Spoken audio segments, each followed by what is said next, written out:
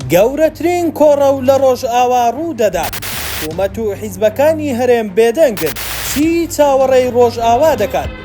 کۆچی کوردان وا بەکاروان دێ لە ڕێی شارانەوە، ڕۆژ بەباری قورس و برکی شەو لەبار بارانەوە، ڕۆژ بەباری قورس و برکی شەو لەبار بارانەوە.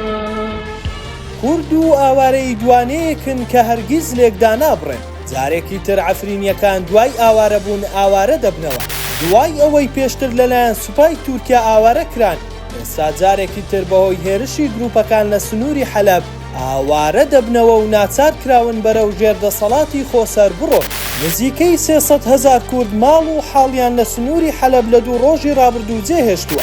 ئێستا گەیشتوونەتە شارۆچکەی تەبقا لە ڕۆژئاوای کوردستان. کار و گوزەرانیان زۆر خراپە و ڕەوشیان لە مەترسیدایە. تا ئێستاش حکوومەتی هەرێم و حیزبەکانی باشووری کوردستان هیچ هەڵوێستیان نییە، خۆیان ناکەنە خاوەنی ئەو مەرگە ساتە گەورەیە کە دووچاری کوردانی ڕۆژئاوا بۆتەوە.